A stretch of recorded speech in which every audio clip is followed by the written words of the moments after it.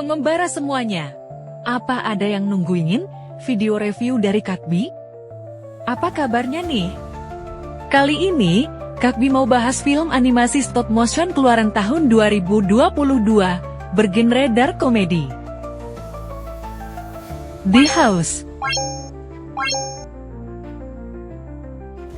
Kabarnya, The House ini awalnya direncanakan sebagai miniseri, tapi akhirnya malah dibuat jadi film antologi stop motion yang jujur aja, keren banget. Menurutku, ini adalah salah satu animasi terbaik tahun 2022. Wajib baca reviewnya, wajib tonton, dan wajib subscribe channel Kakbi ya. The House adalah film antologi animasi stop motion yang dirilis Netflix pada 14 Januari tahun 2022. Disutradarai oleh Emma DeSwave, Nikki Lindroth-Venbar, Paloma Biza, dan Mark James Rolls. Dengan naskah dari Indah Walsh. Film ini menggabungkan elemen dark comedy, drama, thriller, hingga horor dalam satu rumah misterius yang menjadi benang merah dari 3 cerita berbeda. Oke, jadi The House ini terdiri dari 3 kisah berbeda yang semuanya berpusat pada satu rumah. Cerita pertama, berjudul And Heart Within, Ahlai Ispan.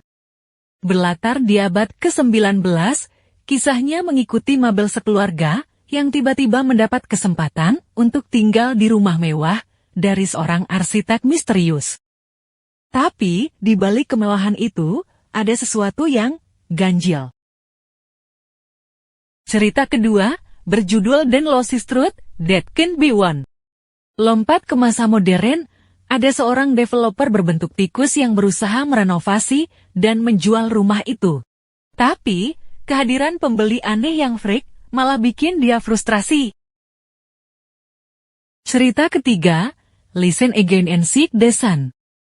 Di dunia pasca banjir, di mana rumah ini jadi tempat bertahan hidup bagi Rosa, seekor kucing yang berusaha memperbaiki rumahnya. Tapi, para penghuni lain yang tinggal bersama justru membawa masalah baru dan bikin Rosa harus berpikir ulang tentang masa depannya.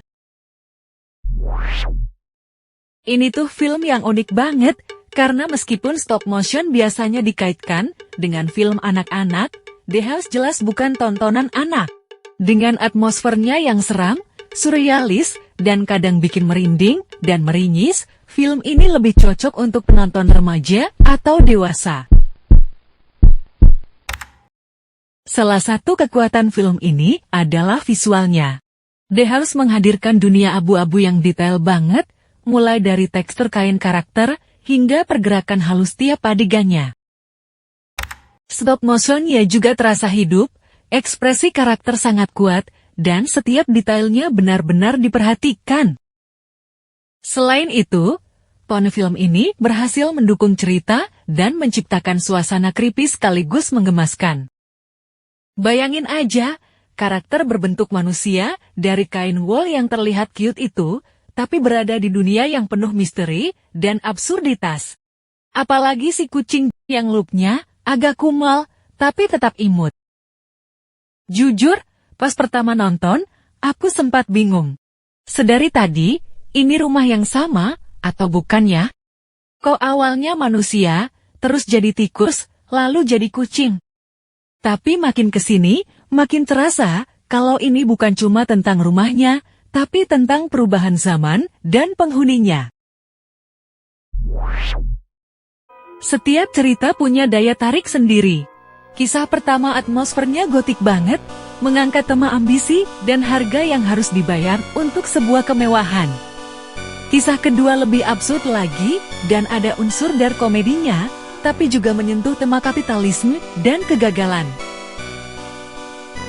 Sedangkan kisah ketiga, lebih ke cerita reflektif tentang menerima masa lalu dan bergerak maju. Buat yang suka thriller, dark komedi, atau animasi unik, The House wajib masuk watchlist deh. Tapi ingat, ini bukan film anak-anak ya, sebaiknya tidak ditonton dengan anak-anak. Oh iya, untuk rating poinnya, aku kasih 4,5 dari 5 bintang untuk cerita pertama. 3,7 dari 5 bintang untuk cerita kedua. 4,9 dari 5 bintang untuk cerita ketiga. Namun, untuk keseluruhan film, aku kasih 4,8 dari 5 bintang ya. Favorit banget deh. Film ini benar-benar harta karun tersembunyi buat pencinta thriller dan dark comedy. Kalau pengembara mencari sesuatu yang beda, dengan visual memukau dan cerita yang bikin mikir, film ini bisa jadi pilihan menarik loh. Nah, bagi pengembara yang sudah nonton, cerita mana yang paling kalian suka? Tulis di komentar ya. Dan, kalau suka video ini, jangan lupa like, subscribe, dan nyalain lonceng notifikasi, supaya kamu nggak ketinggalan review film berikutnya. Sampai jumpa di video yang akan datang. Terima kasih, semoga sehat selalu, dan tetap lancar puasanya.